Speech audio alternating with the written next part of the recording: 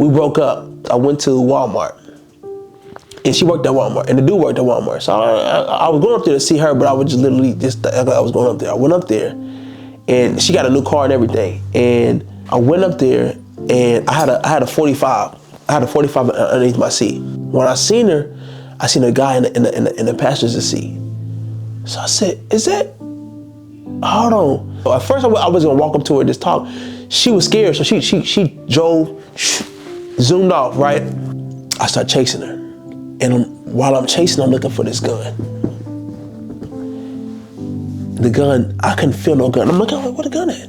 And it was, I didn't even think twice I was gonna kill this dude. I was gonna kill her and him. I ain't being honest, I was gonna kill them both. I pulled up, so I ended up going around. I ended up seeing her driving. I ended up coming in front of her and pausing, and the guy went in there. And she called her daddy. Her daddy called her mama. Her mama called me, saying, "You gotta let her go. You gotta let her. I know she can talk to other people." She rolled. My name is Samuel. I'm 27 years old. I'm from Kansas City, Missouri, and this is my testimony. I grew up as a Christian, I grew up we went to church faithfully, went to church on Sundays and Bible study, but going to church was more like a family reunion, because my dad's dad was the pastor, and so and we got a big family. My grandpa has 12 kids, and you add up the grandkids and all that together. So we would just go to church really to eat donuts and to kick it with one another, and so it was an old-fashioned church, so we knew of Bible characters and Bible people, but we didn't know truth, right? We knew the basic stuff. Sex is bad and all this stuff is bad, but we didn't really know who God. We wasn't really taught who God was initially, and so that's how I grew up. And then eventually, as my dad transitioned. My dad left the church, and God started to call him to holiness. And I never forget, like, my dad went to the dining room table, and we was radical. We was bad. And also, we used to have like children events, my dad was in charge of the youth ministry, so he used to have the kids come over during the weekend, and we would do bad stuff. My cousin would have their friends come over, and we would be doing down there, literally doing bad stuff, right? Kicking it, right? So it's just unfruitful. We did look at it the wrong way, and we was doing it the wrong way, and we knew God. We prayed to God. We say God this, God that, but we didn't really know His heart. We didn't know His word, and but anyway, but my dad, he eventually started to get pulled to a different direction, and never forget, I'm a teenager at this point. We kicking it, right? I got my girl with my girlfriend. My brother got his girl. We just chilling at the house, right? And my daddy went to the dining room table, sat down, and started reading his word, all right? And so then nobody was going at first, and then eventually I'm like, because I love my daddy, I went up there and said, "Listen, let me go study with him," to kind of get the, to impress, like to kind of get the affirmation from him or whatever. And then my sister started coming, and everybody started coming in. My mama didn't even come in first, but we started to kind of learn. We started to learn about truth and learn about the mystery of be ye therefore perfect as your Father in heaven is perfect, like striving for perfection, right? There's actually standards you have to live by. And so that's what that, but even though I was getting exposed to truth, I still was not living truth. I knew truth, I was quoting truth, but my life didn't reflect it. I was still in love with sin, I was still in love with the things of the world. And so I never forget, I was in 6th grade, right? And at this point, God moved me. I moved. My daddy lived in the hood at Kansas City, so he ended up moving us to the suburbs. And so I was in a new school and stuff like that. And I wanted to be cool. I didn't want to be because I never seen Christians being bold. I didn't look at it as a bad thing, a good thing. I was used to my cousin like, "Man, you want to do all that Bible stuff? You want to go play it? We about to go have fun. We about to go kick it." And so I'm looked at being all the way in, it was a bad thing. So God came to me when I was in 6th grade, and he was like, I want you to be a preacher. I said, heck to the no. I don't want to be no dang old preacher. I want to be popular. I want to get this girl I like. I want to be cool. I want to look like, who this is. Or I want to be this guy, this popular guy, the cool guy, right? And so he ended up taking me on a journey with that. But that's how I definitely grew up in church. But we wasn't living by what the word of God said. We wasn't living holy. We wasn't actually chasing God's heart. We were just coming up to church because it's a good thing to be a Christian. People look at you differently when you say you're a Christian. He has morals. So it was more so for that, not giving God my all. So yeah, myself before Christ, man, I would say I was a lot of stuff. I was an imposter. I was a hypocrite. Like, I could put on the front, I could talk good, but I was a hellion. So let me tell you, one of the things that I learned is that you can't live a good life outside of Christ, because if the enemy has one foothold, he's going to take that little thing and make it big. If you give him one little opening thing, it's going to start big. And so what happened for me was, growing up, my dad was a player. Okay, he had a lot of women. Okay, and he's good now, but I'm telling my story. He had a lot of women, and I was born into my dad and my mom fighting, and him going to see other women, him taking me to go see other women. And what was happening was, is that I would go over, because I'm the oldest, and I'm learning now that the oldest child is the one that's supposed to be the one that, that makes the shift. He's a leader. He's the next one in line for the parents. So they're looking at him like that.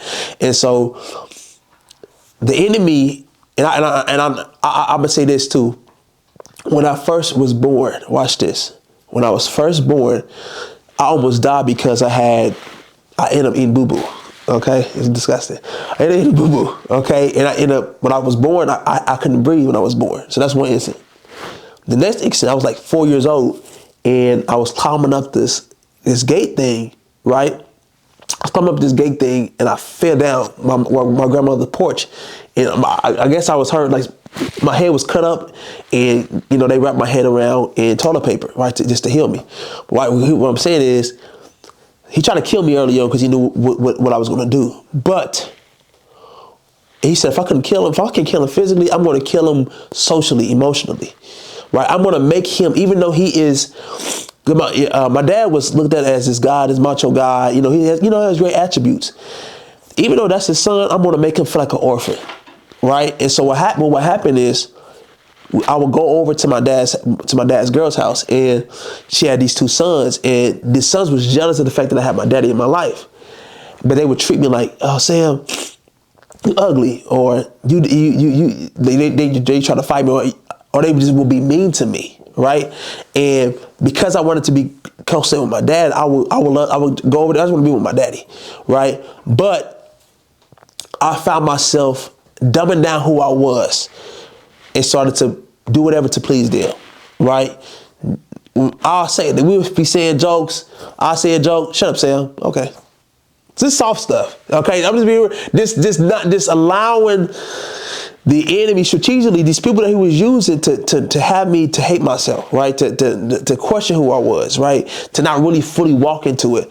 And so, and led off to, so that, because what happened was, because my daddy was always gone. I love my daddy, right? But my daddy was always leave, and I would always see my mama hurt, right? Like, I seen them fight. I seen them. It always would be a scene where my daddy's coming to mama, come here, like, saying sorry because he cheated, right? He was a cheater, right?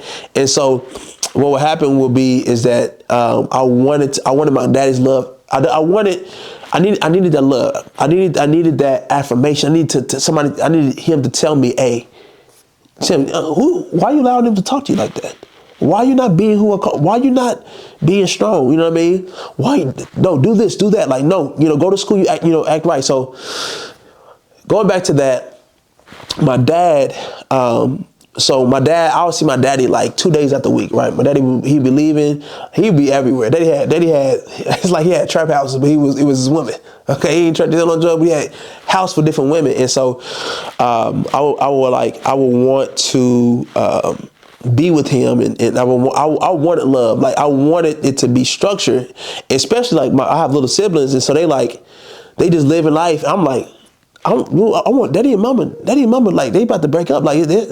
It's, you know, I want my daddy and my mama together. I want it to be a family. I don't want to have to deal with step parents. I don't want to have to deal with, you know, just I don't know. I wanted everybody to be home so I can be. I wasn't thinking that now, but now looking back at it, I'm like, if I had two parents there that were showing me love, a lot of the decisions that I made would have been made. Okay, and so that's the one. So that's the thing there. But eventually, it started getting worse. I started to, you know, I had no structure. Like only person that was raising me was my mama at the particular time. I would see my daddy for a couple of times at the week, and what that would lead to would be, I was very manipulative to my mama. So like I would play on her emotion. My mama was very emotional. Okay, and so I would go to school and act out, right? And I would be like, I get in trouble. You don't love me. You don't love me. You don't love me. I do love you. Something like that. And it would teach me how to be manipulative. Also, what it would do, help me Holy Ghost. What it would do would cause me to feel like I was on my own. It was nobody but me. My daddy left, you know, and I would feel like if I didn't, I started to become independent. I started to trust my own thoughts, right? So fast forward, as I become 11th grade, 10th grade, I started to be real bad. I started to fight. I started to want to. I started hanging around my cousins. They started introducing me to like Bloods and Crips and stuff like that. It was heavy back in the day. I have a godly background and things like that. But at the same time, I said influences. I was still. You know, I still wanted to be I wanted an identity. So because it seemed like the gangsters they knew who they were, they was confident, they broke the rules. I wanted to be like this. Like, hey, give me a man. I want to be a Blood. Give me a Blood. I went from Blood to Crip. I was all over the place. I was all over the place. But I wanted this identity. And what ended up happening was I started to take on this persona to want to be a gangster, right? A thug type dude. And what's crazy and what was dangerous, I had I had access to guns, right? And so what ended up happening was my cousins and my friends, they started to show me, especially I get exposed to like gangster rap, music videos, movies. We studying, we watching Menace to Society, studying. We ain't even in the hood like that. We in the hood, but we not gangbanging, but we're studying. I'm like, okay, they look like they the man. They got the cars, they got everything, they got this, that. I'm studying them, and I'm picking up their demeanor. I'm picking up the demeanor as far as like, if somebody disrespect me, I'm gonna knock their head, right? Or killing I wanted to become a killer. Right, especially when I would hear stories from what my dad did, because my dad, he was into some stuff as well. My family was a family of killers, right? So it's like, okay, if you want to be a family, want to be known, like, especially when you go into family reunions and things like that, those people they be like, oh, what's up, man? Or the gangsters. Oh, what's going on? So I'm like, okay, let me be like them, or let me be a flunky, right? Let me go. What's up? Just not being confident in the way that God is calling me to move. I was trying to go, just idolizing them, right? And so God called me to be a minister. I didn't realize that was going to change my life. But when I said no to the call, He allowed me to be a slave to people's opinions and to do whatever thing that people want me to do. So fast forward, as I got older, I got introduced to. Like I got drawn to being hanging out with the popular people. Okay, that's all I want to be. I don't want to hang around squares. I want to hang around people that's getting liked and getting accoladed by people. And so when I never forget, I went to middle school, and I had no true identity, so I was looking for the most popular person. When I found the popular person, I'm flunking. I'm looking at them, right? And so when I gave my friends that type of admiration or that type of pull on me or influence over me, I started to pick up the things that they do. I'm listening to the beef raps. I'm thinking about sex at this point. My friends are having sex at this point, and so, and you know, and also porn as well. I introduced to porn. My friends, it was a whole bunch of us. We would talk about porn like it's normal. We would talk about porn like, okay, yeah, I don't know how blunt I could be with this, but I just went to go jack off. And they're like, okay, cool. Or we would just sit there and watch it together. And what happened was, I was like, nah, that's something nasty. But I'm like, okay, let me see. And not even knowing that that spirit, when you start watching porn, that's a grown man fight. We learn this stuff as kids, but those fights are grown man. Those things don't lead. Grown men now are still struggling with that stuff, and I'm getting introduced to it at a young age. And so what happened was, when my friends started, telling me about it or whatever, and I'm like, let me check it out, and I started to do that, and not even knowing that. This is before I started learning about generational curse. Like my dad was a player. He messed with multiple women. My grandpa slept with multiple women. So that spirit of, we just talked about that earlier, David and Solomon. David had a thing for women. Solomon had a thing for women. Those things generationally came home to me, and I don't even understand. I'm just, okay, the enemy is setting me up to be perverted, right? So I would go in there and I would watch it. And then when I first started to watch it, I started watching, it started getting addicted. Like the enemy grabbed me and I started watching it 3 times a week. 3 times a day, faithfully. Sometimes 4 or 5. I was just a perverted person, right? And this was before I had any girls. I was talking to girls a little bit, but I had no girlfriend. So, and that's the thing that people don't understand, that people think that we can think that because we're not doing it with nobody. I believe that you break your virginity when you start lusting at those people and start to ejaculate. That's what I believe. Cause you are spiritually, you sleeping with something. And so what happened was, after I started to do that, I had my younger cousin, but my daddy adopted one of them, and my other cousin. So I'm just being real. Like I would teach him. How to watch it, how to be sneaky with it, right? We'll be in a room, no homo. But we would be in a room. He'd be in his corner. I'll be in my corner. We be looking at I was discipling them to be perverted. I'm just being honest. I was discipling them to be perverted, and what happened was with that is like I went on a journey of I gotta have sex. All my friends are having sex. I said, I gotta have sex. Like that's what became. If I ain't having sex, I ain't no man. I ain't the man. I thank God looking back on it now because my body count is not that high. Okay, I did sleep around, but God didn't allow me to go so far out because even though I wanted to, if I had the opportunity, I would have went ham.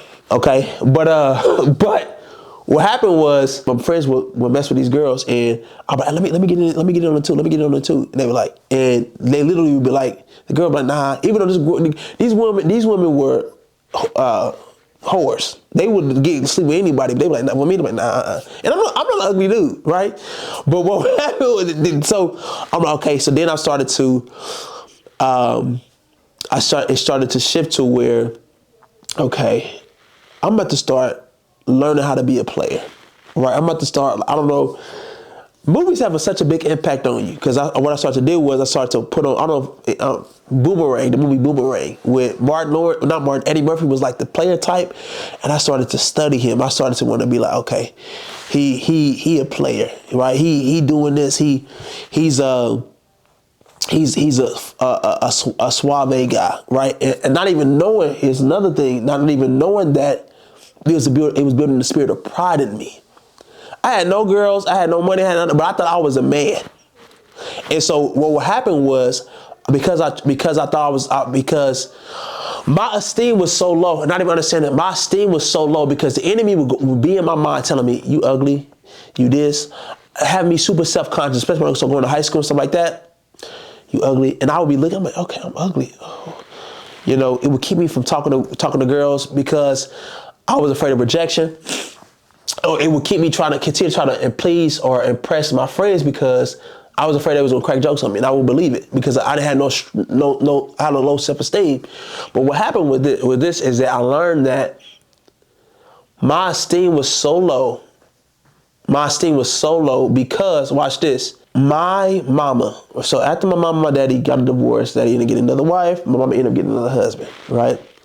And my mama would get me and people. So I thought she would get me, and I'm not trying to throw shade, but she would get me because that's what I used to do by crying. She was a victim, and I thought if I play a victim, I would get sympathy. Okay.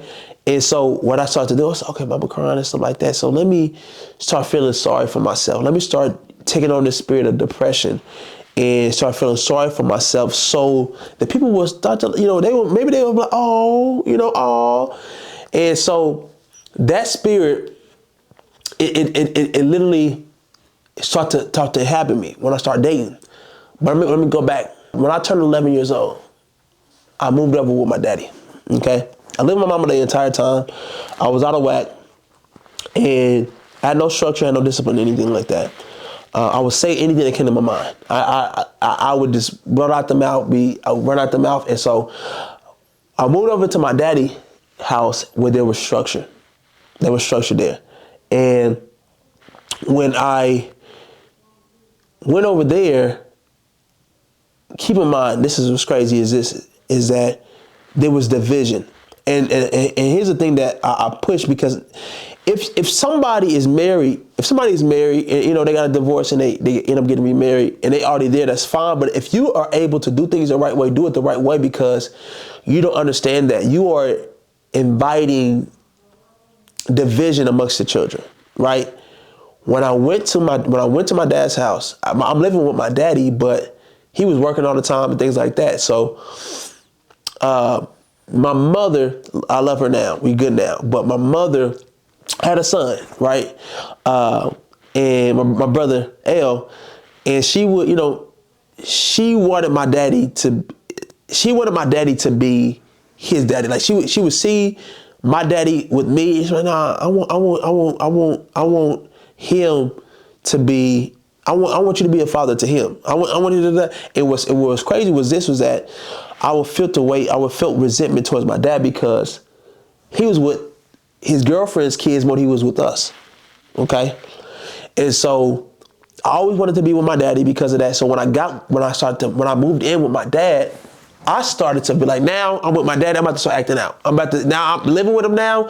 I'm about to pay him back for him not being there, if that makes sense. And so I started to well, I'm here now, like, I'm about to start being disrespectful now, because before I would just try to please, but I was just like, okay, I want my dad, But then I'm like, now I'm here, let me start acting up, right? So I started being disrespectful towards my mom and things like that. And what ended up happening was I was in the household with my dad, but I was still an orphan. My dad was living in the house, but I was still an orphan. So what happened would be there was division.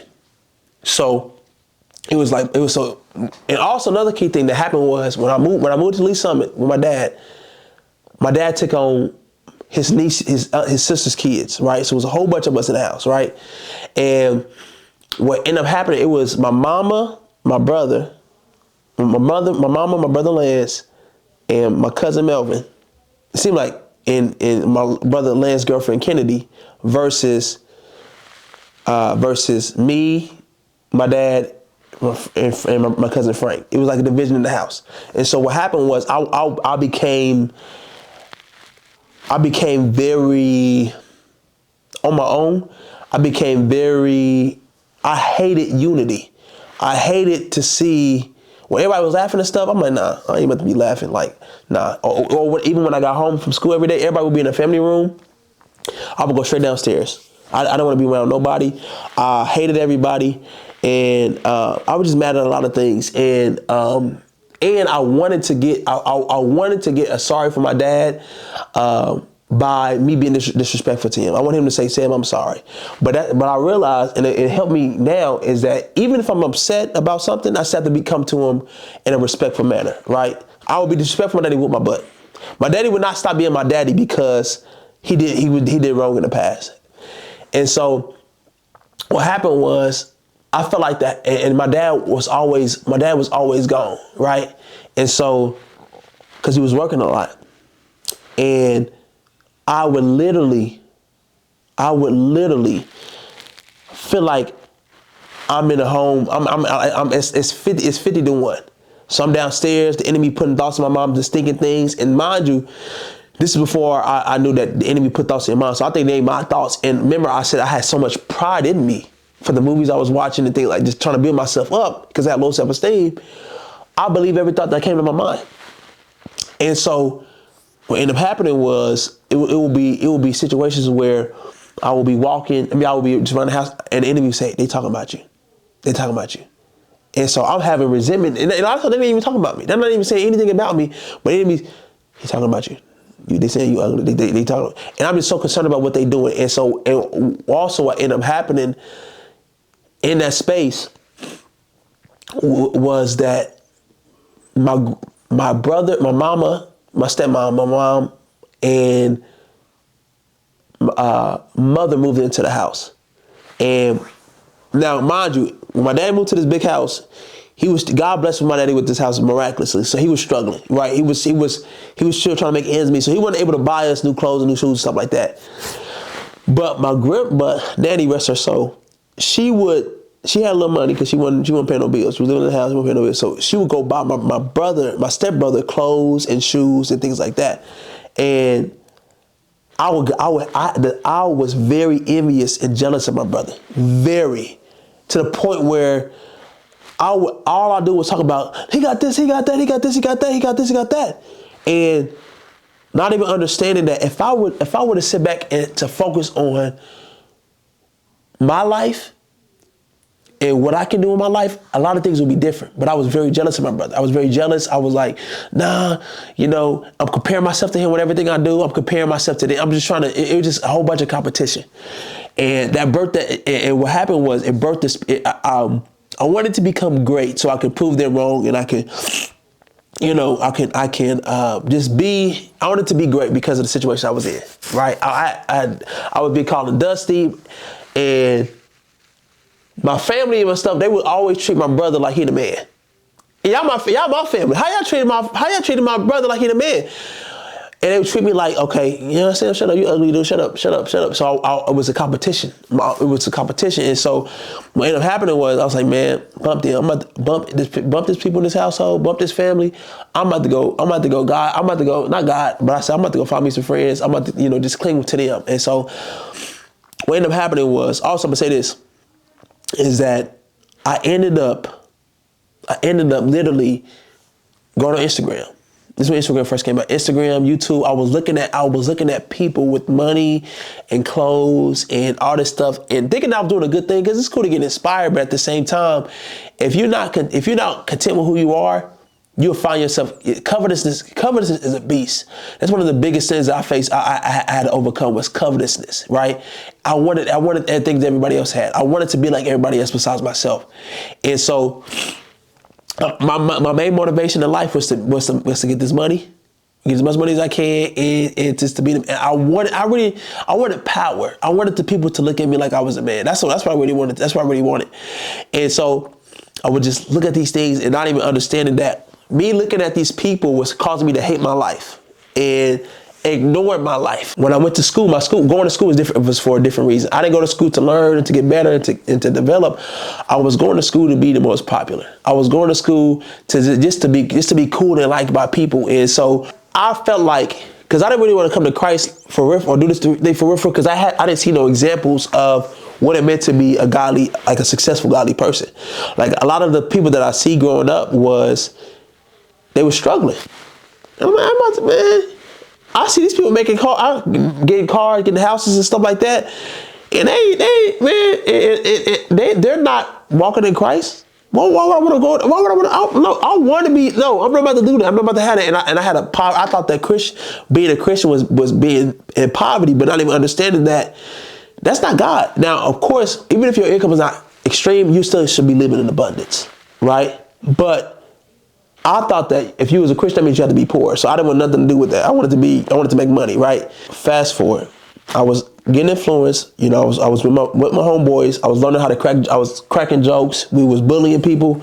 I was literally bad. I was literally when I got talked about so much, I became good at jokes. I'm a funny guy, so I became good at jokes. I became very deadly with my words. I was a bully because I was bullied, right? And what's sad is that what the enemy does is that the oppressed always somehow become the oppressor as well. You know what I mean? Like, you hate what they do, but you end up doing the same thing because you ain't deal with that the right way. And so what ended up happening was, we was cracking jokes on people. We wasn't caring about grades. We were just trying to be cool and things like that. And fast forward when I turned 16, my dad started to, play gospel music and things like that. But at this point, I'm like, man, quit that stuff. Especially when we would go to, like, it's this place called Seven Waves, and they had like a teen night where all the teens there. They'd pull up blasting Christian music. I'm ashamed. Like, no, I'm not trying to. Daddy, turn that mess off, dude. I'm trying to impress them, pretty much. But by this time, I was already disciple. I wanted to be around the cool people so bad. I was willing to do whatever to be around them and to be liked by them. So I would just hang out with them. I would learn their ways. I would act like them. I would just say stuff, just trying to be cool. And not even understanding that I was being destroyed. My self-esteem was becoming lower and lower. And I was becoming something that I wasn't supposed to be. So fast forward, turn 16, right? And by this time, I'm already like, I'm trying to be a gangster. I wanted to be hard because I came from the city to Lee Summit, and it's easy to be hard when you're around suburb people. Okay, let's be real. Okay, be real. And so, because you ain't really got to deal with all that stuff. Now let me make it clear. There's some people that live in the suburbs. They really is about that life. So I got surprised too, because white people a lot of time they scared of black people. So you're like, yeah, what's up? I'm from the hood. I'm like, and some people they from the hood. They from the hood for real. But anyway, at this time I was so deep into that life. The enemy started bringing people that was really in my life that was really in the streets, and so I ended up hanging around with them. We ended up stealing, and I had access to a firearm when I was 14. So I was the guy with the gun, and so I was. It was crazy because I ain't never killed nobody, right? But I was so willing to do it. I was like, okay, like, because all I listen to is killer music, because that's all we play. Killer, we trying to be killers, and that's sad because it's sad because now I think about it now, it's like when you take somebody's life, that's literally a ritual. That's literally you. And you look at these gangs and things like that, and I thank God for taking me out of that, because I wanted to be a gang member so bad. I wanted in a gang, but my family and stuff like that was gang members. So I was just around them, right? And I was like, yeah, I had a gun. So I was like, I feel like I was the man. And so I got a job, I got a vehicle, and I just thought I was this thug, dude. This thug, like, and it's crazy because people, you understand the power of music and social media and the people you hang around with. You can be from the suburbs and catch a body case. I see people not even raised the way that, not even in the hood, wanted to be, and this is a good thing, God, because you have no identity, right? Because I had no identity, I was picking up any identity that I could pick up, and that identity was trying to be this thug player type guy, and not even understanding I could have really got myself into some trouble, because my friend, a lot of my friends we were in the hood, we in the suburbs as well, but we started doing gangster stuff, and they start catching bodies and going to jail and all this stuff, and I realized I ain't built for this life, right? But I would have realized that later on. I started getting access to cars and stuff like that, and I was moving and driving and things like that, and and I started talking to girls and things like that, and I wanted to have sex so bad, because I was 16 years old or 15 years old, and I was still a virgin. Let's be honest with you. And I'm like, okay, because my friends like, yeah, you gotta get you some girl, you gotta get you some booty. I mean, if you ain't know, at the point where they would be hanging out, they would stop inviting me. This was crazy. They would stop inviting me because they was like, Sam ain't got no girls, right? And so I was okay, bet. So then I end up talking to girls, and I start having sex, and what was dangerous was that I didn't get punished immediately. Right, things just start falling apart immediately. I started to literally get praise. Right, so this girl that I had a crush on since I was 12 years old, I tried to holler at her, and she wasn't feeling with me. She ended up messing with my cousin. Okay, it was dangerous. I asked him to put me on her. He ended up getting on him himself. I said you something else. When I became 16, and I started working, we ended up starting working together, and we was cool, but I never thought I could be able to get her. And I was talking to two girls at the time, okay, and I was like, okay, let me get this girl, let me get this girl, and we ended up working together, or whatever, and we ended up getting together, and we ended up having sex like crazy, right? And so now I would do it here and there back before then, but I wasn't going crazy. Like God, even though I was doing it, it's like God was still kind of like protecting me. I don't know. What ended up happening was I ended up falling, and then at 16, that's when I first started smoking weed. We was at Papa John's, and we listened to the music and stuff. Like, we ain't never smoked weed, nothing like that. I'm like, I never would have thought I would be doing drugs. I see people smoke weed, and I used to get on because my stepdad, he was a druggie. So I'm like, he a crackhead. I ain't never doing that. Next thing you know, I'm in Papa John's. We smoking, right? And also keep in mind this: the cool kids, the cool people. I like, these are people. When I got around them, like we start becoming cool. Like they start looking at me like I'm the man. But I realized, I'm like, these people. When I start, cause I was driving and stuff, I was taking them home and stuff. I'm like, these people ain't nothing. These people, they ain't even. I wanted to be around them so bad, this to get around them, and they're not even. They don't even have no character. They don't have, they're not even. They have nothing going for themselves, right? But by that time I was already deep in. I couldn't, I was already bound. So what I'm saying was, I started smoking.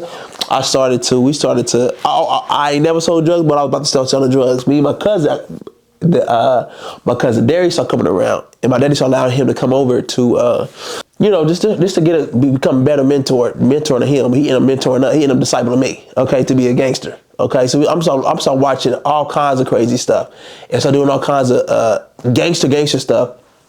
And I never forget, one time his brothers sold drugs, and so we went out in the hood. I'm in the hood. And he like, hey, you trying to sell? So yeah, let's make it happen. I got my gun. I got everything I need. Let's make it happen. And not even knowing that. That's not even who I was. That's not even that. And here's the thing too. I'm gonna say this, is that a lot of times we don't understand that. I understand that whoever God called me to be is great. It's amazing. Like, I don't have to be somebody else to be, accepted. I don't know, like to be cool. I could not do drugs. I could be a good man, and still have more integrity, or be really more about it than the people in the streets. Because you realize, hanging around people in the streets, is that they have a lot of fear, or they treat people like respected persons. Like, they treat one person different than another person. But when you in Christ, it's like, okay, I don't care who it is. And God start building you with some integrity to be like, listen, or start building boldness in you to where you're like, man, I don't care who it is. I'm ready to go throw down if need be. So watch this. So 16, started dating, was having a girlfriend, and we started doing drugs and stuff. I was just in that life and just doing this. And so what happened, here's what kind of the shift started taking place, is that because God was tugging me, but I would always be like, nah, God. Like, I would use God. I would say, God, you good and stuff like that. But I really wasn't walking with God fully. So what ended up happening was, and I had the cars, I had everything. Things started falling apart. So what happened was, my girlfriend became my idol, right? Because everybody wanted her. and I end up getting her. I don't know how. I know how, but I end up getting her, and so she became my idol. I became hers, and so what happened was, it was a situation where, because I was very, very insecure, and how I grew up was I seen my daddy preach, and then go, as soon as you leave, go mess with another girl. I seen that.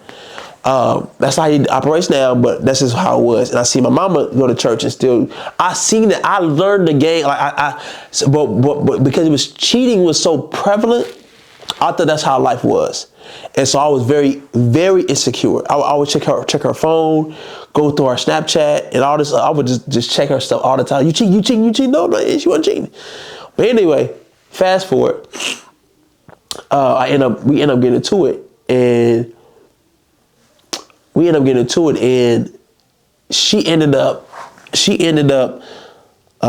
breaking up, and she ended up talking to this guy on her phone. I'm like, okay, because every time I would check her phone, there would be nothing there. And I checked the phone, she was texting Snapchatting back and forth to this guy. I was distraught. I was pissed. I was like, first time I got my heart broken. And it was broken up for a week, but God was telling me in this moment, he said, Sam, you put me first in your relationship, I'm going to make sure that you're good. I said, okay, God, just get us back together. So we ended up getting back together. We was good for a week. We went back. And I promised God, I said, God, if we get back together, we're going to literally do this right your way. Right? And I'm lying. Or I didn't want to get back together with her. We ended up getting back together, and end up sinning, and falling back into sin. And at this point, I'm like, okay, I'm talking to God. I'm like, at this point, I'm still like, I'm stuck. I'm in a position where I'm stuck. I'm like, I want to get better, and I always wanted to be successful and get better, but I realized I was not finding true success without having a relationship with God. You know what I mean? And so, fast forward, after a year, we end up breaking up again. And at this time, my daddy started the church, and what's crazy is now I'm an assistant pastor of the church, but back then I'm like, I don't want to be none part. I want to be them. I want to be like these people in the world. I want to be like these rappers. I want to be like, that's what I want to be. I don't want to be a part of the church. So yeah, I'm talking during Bible study, but I'm literally hours of YouTube or just getting discipled by people that are not godly. And so after a year, we end up breaking up, and it was a situation where it was a dude at her job that she was messing with. And I went through her phone. I found out. I was crying. I was distraught. Everybody in the house seen it. I was like, what's going on? And they were like, okay, this dude Sam, who was this macho guy. Because I was very popular in high school. Okay, I was popular in high school, and people looked at me like I was a man, right? And because I had this persona, but they see me broken, and I was literally like, I was distraught. And what's so dangerous about it is that she was messing with this dude, and my self-esteem was so low that I was still trying to holler at her, talk to her while she's messing with somebody else. Like my esteem was broken, like not even understanding that if I would have kept my virginity, if I would have stopped, if I would have waited to get married, I would have a sense of integrity and dignity about myself that, that would keep the relationship going, or, but I didn't understand that. I wasn't even understanding the fact that I was going through the punishment. Like, I'm literally trying to holler at this girl. She talking to another guy. She talking to the guy. She's like, okay, Sam, I really don't want to talk to you. And I'm like, what the heck? And I want to hear it. But that's what soul talk's coming to play. Like, no matter how bad, and no matter how bad I wanted to let her leave her or get over her, it wouldn't work. When we first broke up, after that week, I didn't really take the punishment serious because it only lasted for a week. But after this, when we broke up the second time, it was 9 months. I was literally trying to say, hey, let's get back into it. Let's get back to the relationship. Let's come on, let's get back. She's like, nope, I don't want to deal with you. I don't want to deal with you. And God was literally blocking it because a week after, or a couple of months after we broke up, I went to Walmart. And she worked at Walmart, and the dude worked at Walmart. So I was going up there to see her, but I was just literally I was going up there. I went up there, and she got a new car and everything. And I went up there and I had a 45. I had a 45 underneath my seat. When I seen a guy in the passenger seat. So I said, "Is that? Hold on." And me and my brother's ready to go too. He's trying to go. He's like, "Let's go. So he was like, he said, "Sam, it is her." I said, "Bet." So at first I was gonna walk up to her and just talk. She was scared, so she drove, zoomed off. Right. I start chasing her, and while I'm chasing, I'm looking for this gun. The gun, I couldn't feel no gun. I'm looking, like, where the gun at? And it was, I didn't even think twice I was gonna kill this dude. I was gonna kill her and him. I'm being honest, I was gonna kill them both. And I pulled up, so I ended up going around. I ended up seeing her driving, and I ended up cutting in front of her and pausing, and the guy went in there, and she called her daddy. Her daddy called her mama. Her mama called me, saying, "You gotta let her go. You gotta let her. I know she can talk to other people." Nah, she rolled. I deserve to get recommended for this. I deserve to be recommended. So I called my daddy. I was like, "Daddy, Daddy, she did this. She was at the car race." I said, "Listen to me, Sam. I understand that, but you have to look. You look like a fool right now. You look like a fool. I need you to get out of your body, and I need you to look at yourself. And I need you to understand that, like, if you was looking at somebody else doing what you did, how would you look? What would you think?" I said, "You're right." Fast forward, I was still addicted to porn. I was still not following God completely. I wanted her back, but at the same time, I wanted success. Like, because a lot of things happened on that time. I ended up losing my truck with the rim, 24-inch rims, and losing the truck, and driving a 2002 Escort. I was just going through it. I would just feel like because I thank God for that, because He was stripping me of things. It was crazy. Is just I had so many plans. I'm gonna do this. I'm gonna have goals. I'm gonna do this. I'm gonna do this. I'm gonna do that. I'm gonna do that. We're gonna be millionaires by the time we're 25. We're gonna do this, and I'm living in sin, and that's just dangerous. The part about it is that the enemy would have us thinking that our plans are gonna come into fruition, and they're not. If I'm operating outside of God, they're not gonna come into fruition. And these things are not. And these things, I'm thinking that these things are gonna make me valuable.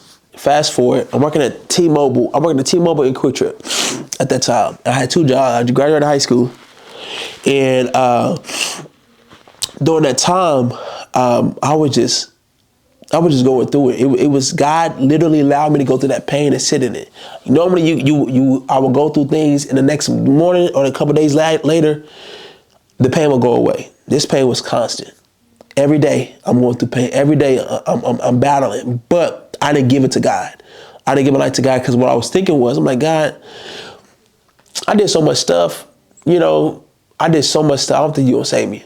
Or I feel like I'm going to have to pay back everything that I did. Okay, so I'm like, I ain't about to go through all that. I might just stay here. And so I was in a situation, and I was talking to other girls and things like that, but and I was still hanging out with my brothers and things like that, and we was kicking it, and it was a time where I was literally trying to get validation for the girl that I had. And I wanted her so bad. I wanted her back so bad, right? So what ended up happening was I was destroying myself to be one with her, to try to get her back. I was just doing embarrassing stuff. But anyway, what ended up happening was God made it to the point where, like, it was something that happened that she did, something that happened that was the final straw for me. I was like, man, I'm done. What ended up happening was, one time I'll never forget. One time I went to I called my dad, because we used to go to St. Louis all the time. St. Louis is 4 hours away from Kansas City. So I'm like, "Hey, Daddy, I need a break, Daddy. I need to clear my mind."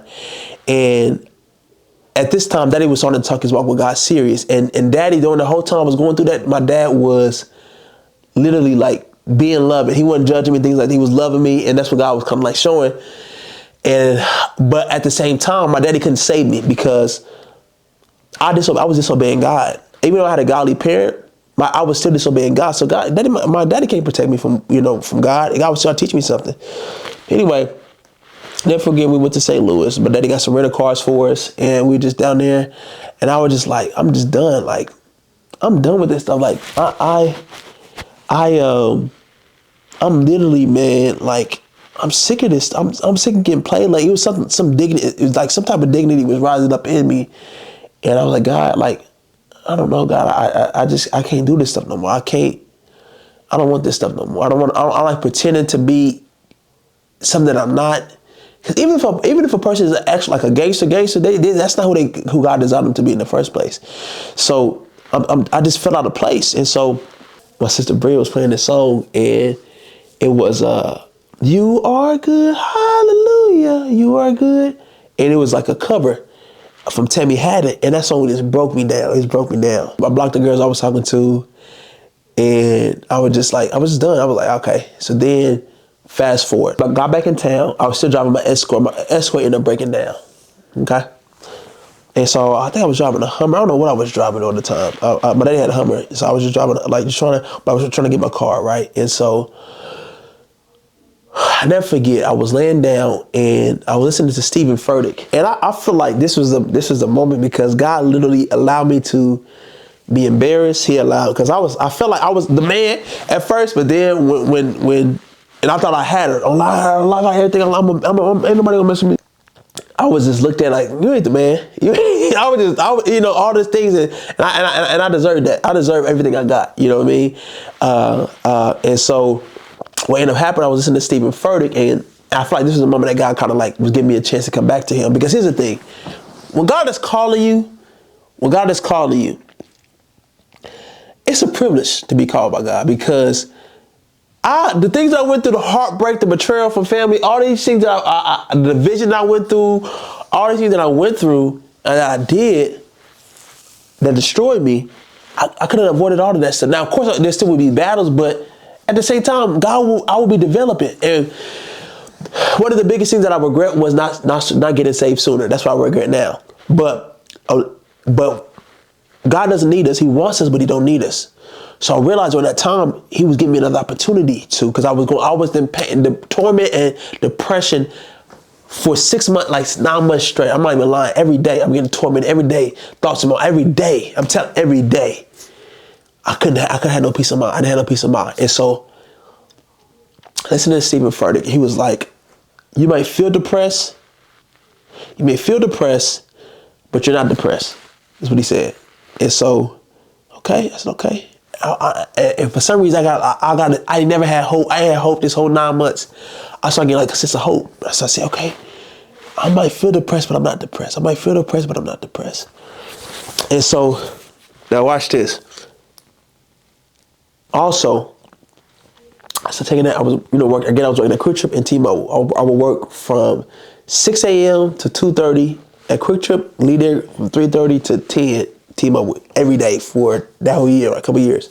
So I was working crazy, getting money, but I didn't see no fruits. That's what happens too. You getting money, but you ain't see no fruits. But what happened was, I was just getting hope, and I was okay. And I feel like God was giving me another chance, and I was okay. And so now, my car broke down.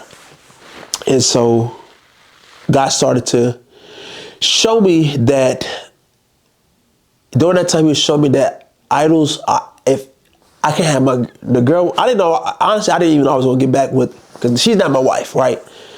But I didn't know I was going to get back with her. And he did that for a reason. He had to show me that, okay, Sam, the person that you love, my mama broke my heart before, my daddy broke my heart, a lot of people let me down. And he was showing me that if you put anybody before me, they're going to hurt you. If you put anybody before me, they're going to tear you apart. You would never thought that you would look at this person like an enemy, but now they are. You would never think that. So I said, okay. He was showing me, I was like, God, I put you before everything, right? And I was still baby in Christ. And so, mind you, at T-Mobile, I was the worst salesman because I was afraid of rejection. The spirit of fear had gripped me. I was afraid to offer things. I was afraid to do a lot of things because I was afraid of getting said no. Why am I working there? Why am I in a sales job and I can't even talk to? I'm afraid to offer stuff. It was just a terrible experience I was going through. But during that time, he started to, because I sucked at the job. I sucked. I don't know why I sucked. And And I would go there, and I was like, and it was a slow place. And I don't know, I would just, I'd never forget on the way there, the kid mom was like, okay, God, yes, say yes to you. And I was torn, I never forget. I was torn because I said, okay, God, I want to be respected. Because people underestimate, when God move you out, you from the hood to the suburbs, you either, people think you gotta be an Oreo, or people think you gotta be, you feel me? This like, you gotta be a school. You gotta, everybody, if you walk in who you God called you to be, and you being who God called you to be, you the man. That's why I don't care about all the other stuff. But I was caught in between because I'm like, I want to be respected. I got my Chrysler, and it was a nice car. And when I got my car, I felt like that was it, because we would always think, if I had the right car, the right money, looked a certain way, that I can have any girl I want. And so I went to Chelsea. You know, Chelsea, she seen it. She like, okay, I said, okay, I pull up, okay. And my other girls I was talking to as well. But what do you want at Chelsea? She, you know, after I messed with her, and like I said, God was kind of he was trying to pull me in. I went through a time where I was suffering, and so he was pulling me in. And so then I went to her, and then she, you know, it was a situation where we was kind of talking back again. She was showing like she liked me, she felt sorry for what she did or whatever, and then, you know, I was apologizing to her as well. But again, the key thing was we was putting each other before God. I was kind of getting that revelation, but I wasn't really walking in it. So then, it's one situation I got for work. I went over there.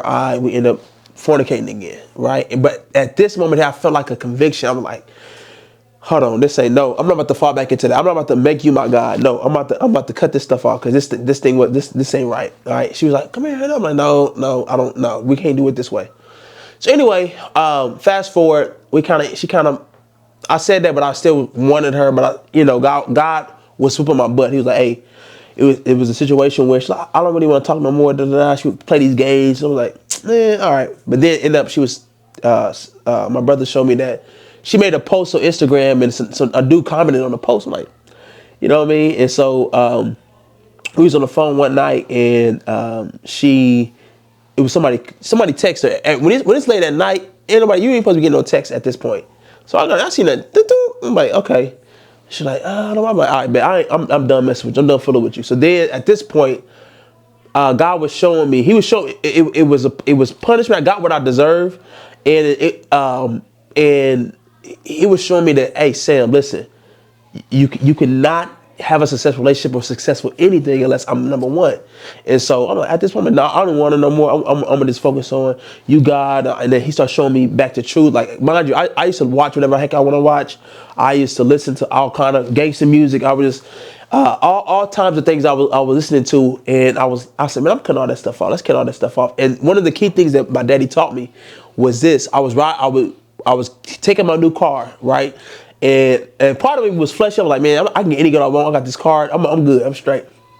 But I was in the car wash. I was talking to my daddy. Mind you, my daddy at this point transitioned his life, and he was mentoring me, but I still wanted this other life. So my dad was like, hey, Sam, listen, man, you got to set the atmosphere in your car. You can't be playing any of this kind of crap in your car. You don't want to get this blessing, leave. Mind you, I see a lot of people get new cars, get new whips and stuff, but they always end up losing their stuff based off them not. Like, the key principle was, I want to keep what God has blessed me with. I don't want to get it and mess it up, because I know he would do that.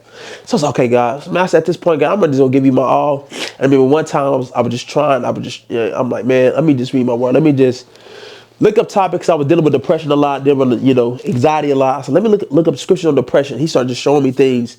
One of the key things that key verses that I got was 1 Corinthians chapter 10, I believe, when he says, our weapons of our warfare are not carnal, but mighty through God to the putting down of strongholds, right? Taking every captive and every thought of imagination and bringing it to the obedient unto Christ. I had literally was getting tormented every day. Depression, anxiety, all these thoughts was in my mind constantly. And so when I realized that God gave me the power to take control of my thoughts, right? That shifted the game. Okay, I started to literally do this. When I hear things or see things that was out of line, I would do this constantly. I would do this. And so what ended up happening was, so I was moving on, And I was sending scriptures, sending things out to Chelsea and to my homeboys. I'm like, hey, bro, my homeboys at this time was my brothers. My stepbrother, which is Lance, my two cousins, which we all was brothers. We was brothers. And so I was like, hey, y'all, I'm at this. Bro, I really want to change my life, bro. I'm sick of this stuff. All we do is sit here and talk about our problems, but there's no resolution. There's no solution here. And so, hey, I want to change, bro. He's like, they said, oh yeah, okay, cool. But he was like, Sam just talking. So anyway, I'll never forget. I was coming home from work. I was gonna take a shower. He was like, hey Sam, come talk to me, man. I said, what's up, Daddy? He was like, hey, Chelsea, go. Why don't you try to work out with Chelsea? Mind you, me and Chelsea was going through all this stuff. She was still going to our church, okay? And it's my dad. My daddy's the pastor, right? And I'm like, hey, kick her out the church. Kick her out the church. She was still going. We were all still going to church. And so they was like, hey Sam, I've been talking to Chelsea. She really, she really feel bad. She wanna reach out to us. Daddy, I'm not reaching out to her. I'm done with it. I'm done playing with her. I'm done. And I won't even take it. Now that I think about it, I won't even think about the fact that I did some dirt as well. I was a player. I did some stuff as well. But I think it because I'm the man, a woman shouldn't do that, right? And so that's how I felt. And so anyway, so I reached out to her. I said, hey, Chelsea, I said, what do you think? You want to make it work? You want to make it work? And she was like, yes, I want to start all over. I said, hey, yeah, but this time we're gonna do it God's way. We're not gonna do it, our way. So then we end up doing that. So we end up following Christ a little bit, but then we was going into we realized that we both idolized one another, and wanted to put in Christ first. And then fast forward, it was one time we was good for like 4 months, 5 months. We went over to each other's house. I went over our house, had sex that one time. We pregnant with our firstborn. Now, here's the key thing that I had to understand, because I was not giving up on Christ. Even though I made that mistake, Christ was still my number one, right? But I had to really, if he was my number one, I had to, that stuff still can't be done. Anyway, so she got pregnant. We got pregnant with our first kid, and God, I remember before I even know she was pregnant, he was telling me, hey Sam, listen to me. Whatever you do not give up on me, right? For God to say don't give up on me, that's crazy, because he's the big guy. But at the same time, he said, Sam, don't give up on me, don't quit. I said, all right, God, because what I would do, I would be so guilty that I would run away from God. Kind of like Adam and Eve. When Adam and Eve was sin, they found out they was naked. They tried to hide from God. No, when I sin, I'm supposed to go to God to get more cleansed. And so he's like, don't give up on me. So at that point, I said, no, we're gonna do it. We can do it. It was hard telling my parents that she was pregnant out of wedlock, but I said, look, we're gonna do it God's way. Now, first, I wanted to rush to get married. I was like, we gotta get married, to cover it up. But at the same time, listen, the guy was like, no, he kind of shifted it, because even though we had a kid, he wanted us to get married with him being number one and him being a host. So, and fast forward, at this point, I got a new job. And this is the key and critical point. I got a new job at U.S. Bank. Mind you, when I worked at T-Mobile and Quick Trip back to back, the atmosphere was very demonic and very dark. It was very like the T-Mobile that I worked at. It was a meth infested town. So it was like, it was just the atmosphere. It was also, I said, I need to do atmosphere. So I ended up working at T-Mobile, working at U.S. Bank at a call center. And at this point, like I had a choice to make. Because mind you, when I went to U.S. Bank, I got a new car, my money increased, right? And so, and at a call center, the ratio to man and woman is 10-1. Okay, so they see, I'm not even lying. They see me at my desk with my Bible. They see my pictures of my family on there. They still coming to my desk. So, but what I was able to do, I said, God allowed me to go back into that environment to see, saying, what are you going to do? Are you going to go here and represent me? Or are you going to cave in? And mind you, that same temptation is what my dad fell into. My dad worked at a call center, and the biggest times he was sinning and cheating, cheating on his wife and things like that is at call center with these women. And so I was in the same position. So God was like, you got to break the generational curse. So what happened was, I brought my backpack with me. I had my Bible, I had my notes, and I would just read the Bible every single day. At a call center, I got my Bible, and I would just read it every day. And what God started to do, started to change me. He started to change my pride. He started to break things down in each of us. And then what ended up happening was, me and my wife my wife started to change. This is before I even proposed or anything. My wife started to change. I had to make a decision when we around each other, when we hung out with each other, because we had my baby, we was still boyfriend and girlfriend. I was like, no, we're not gonna fornicate. So either we're gonna be in a room with everybody else, or if we in the room, let's turn on a sermon. But when you turn on a sermon and y'all temptation, boy, that temptation kills. you don't wanna do nothing. Hey, it was one time we was fighting, we was battling. I was like, nope, let's turn the sermon on. So okay, it was released, but I started to do that, man, and then God started to, he did that, and the next thing you know, man, ended up proposing to my wife, and God made it to where we went a good 11 months without doing anything before we got married. And listen to me, the day before we got, the weekend before we got married, I had to go over there for some reason because my wife's parents went out of town, and I'm not gonna leave. She was my girlfriend at the time, my fiance at the time. I'm not leaving her there by herself. I had to stay there. But we was tempted to do it before. And here's the thing: people think because they're engaged that's still that is y'all married. No, if we are doing things out of covenant and we're not married, that gives the enemy legal right to disrupt the relationship. You can get married. I can see people get married, or they're fornicate. They had no problem having sex before marriage, but then after they get married, after they get married, it's over with. They don't even want to have sex no more. They only married for a week or a month, couple months, right? So God don't play about that. So I was like, hey, we're gonna hold on. We're gonna cure that. And so, so we, I had made a decision. I said, God, I choose you first. I want you to bless my marriage. I told God, I said, God, and God told me this too. He said, Sam, if you put me first, you ain't gotta worry about cheating. You ain't gotta worry about none of that stuff. If she put you first, if she put me first, she ain't gotta worry about you doing that either. So the key thing in the relationship is, or success or anything like that, is to keep him first. So that's what I started to do. And when I started to put him first in my relationship, in my job and everything like that, I never had money before Christ like that. I made a lot of money, but I was never able to keep it. God was able to bless me with businesses. Fast forward, he restored the relationship with my stepmom, who I hated, I call her mom now. My household is shifted. I have 3 kids now. But one of the key things that I learned from this situation that I would never ever let go is to never put anything before God. Literally, not just talking, but listen, whatever God say in the situation, that's what it is. You know what I mean? And so ever since he started to change me. So advice to young men in Christ is to become whole. Okay? A lot of times, men, we find our identity in what we're doing, not who we are. So if you invest in who you take yourself and you give yourself to God, as you pursue God, he will give you your purpose and your identity. A lot of my young men, a lot of the battles that young men face, that's why I told that part of my testimony, is with relationships. So you want to have a successful relationship, hey, focus on you building your character. Focus on you growing in Christ, being committed, right? Following God's commandments. And as you do that, God will make you a confident man. God will make you, literally, I was very, very insecure back in the day. Very insecure. But when I gave my identity to him, expressed my insecurities to him, he made me a confident man. I don't gotta look at nobody's phone. Listen, if you whatever happens, I know that God got me because my security is secure, my identity is secure in him. So that's my advice to young men. Don't try to be a human doing, be a human being.